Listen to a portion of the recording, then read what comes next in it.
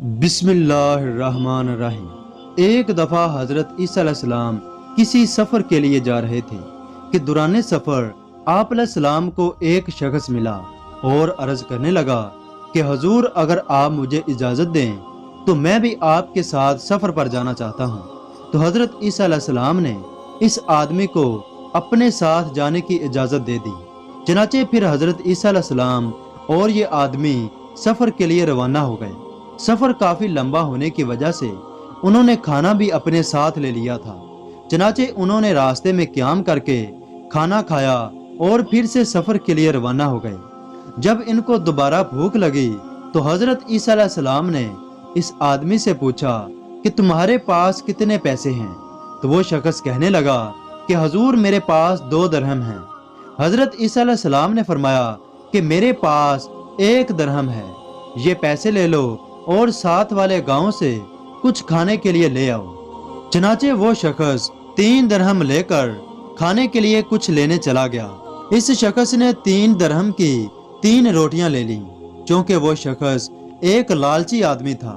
چنانچہ راستے میں آتے ہوئے وہ سوچنے لگا کہ میرے پاس تو 2 درہم تھے اور حضرت کا 1 درہم تھا، چنانچہ 2 درہم کی وجہ سے میری 2 روٹیاں بنتی ہیں، میں 1 روٹی یہیں پر کھا لیتا ہوں تاکہ میری یہ روٹی تقسیم نہ ہو۔ اس لالچی آدمی نے 1 روٹی راستے میں کھا لی اور 2 روٹیاں لے کر حضرت عیسیٰ علیہ السلام کے سامنے حاضر ہو گیا۔ تو آپ علیہ السلام نے اس آدمی سے پوچھا کہ کتنی روٹیاں لے کر آئے ہو؟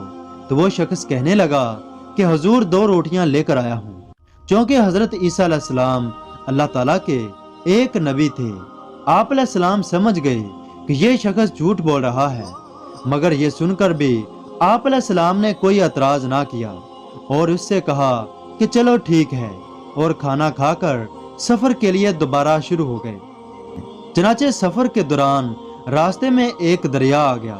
اس دریا کو عبور کرنے کے لیے کوئی وسیلہ نظر نہ آیا اور کشتی بھی وہاں پر موجود نہ تھی اور نہ ہی اس دریا پر پل تھا۔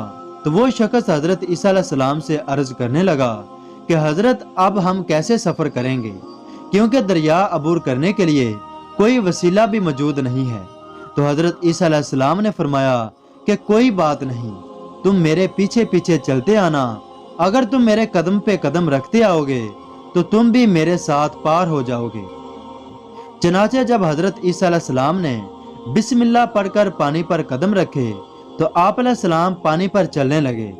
چنانچہ جب اس آدمی نے بسم اللہ پڑھ کر آپ علیہ السلام کے قدم پہ قدم رکھے تو وہ شخص بھی آپ علیہ السلام کے پیچھے پانی پر چلنے لگا، اور اس طرح ان دونوں کے قدم اللہ تعالیٰ کے حکم سے بالکل خشک تھے۔ دوستو، اس طرح یہ حضرت عیسیٰ علیہ السلام کا معجزہ بھی تھا، جس سے وہ شخص بہت متاثر ہوا اور حضرت عیسیٰ علیہ السلام سے کہنے لگا کہ حضور آپ کے پاس تو کمال کی کرامات ہیں، میں گواہی دیتا ہوں کہ آپ اللہ کے پیغمبر ہیں اور یہ معجزے سے کم نہیں ہے۔ تو حضرت عیسیٰ علیہ السلام نے اس شخص کے ایمان کو دیکھ کر فرمایا کہ کیا واقعی تم اس سے متاثر ہوئے ہو؟ تو وہ شخص کہنے لگا کہ ہاں حضور، اس معجزے کے بعد میرا ایمان تازہ ہو گیا ہے۔ تو حضرت عیسیٰ علیہ السلام نے فرمایا کہ میں تمہیں اسی رب کا واسطہ دیتا ہوں جس کی تم بڑائی بیان کر رہے ہو، مجھے بتاؤ کہ وہ تیسری روٹی کس نے کھائی تھی؟ تو وہ شخص بہت حیران ہوا اور سوچنے لگا کہ حضرت کو کیسے علم ہوا کہ میں نے بازار سے 3 روٹیاں لی تھیں، مگر وہ شخص جھوٹ کا سہارا لے کر کہنے لگا کہ نہیں حضور، میں 2 ہی روٹیاں لے کر آیا تھا۔ تو آپ علیہ السلام نے فرمایا کہ چلو ٹھیک ہے، کوئی بات نہیں، اور پھر اپنا سفر دوبارہ شروع کر دیا۔ چنانچہ کافی سفر کرنے کے بعد ان دونوں نے دوبارہ بھوک محسوس کی، مگر اب ان کے پاس نہ تو کھانا تھا اور نہ ہی کھانا لینے کے لیے پیسے موجود تھے۔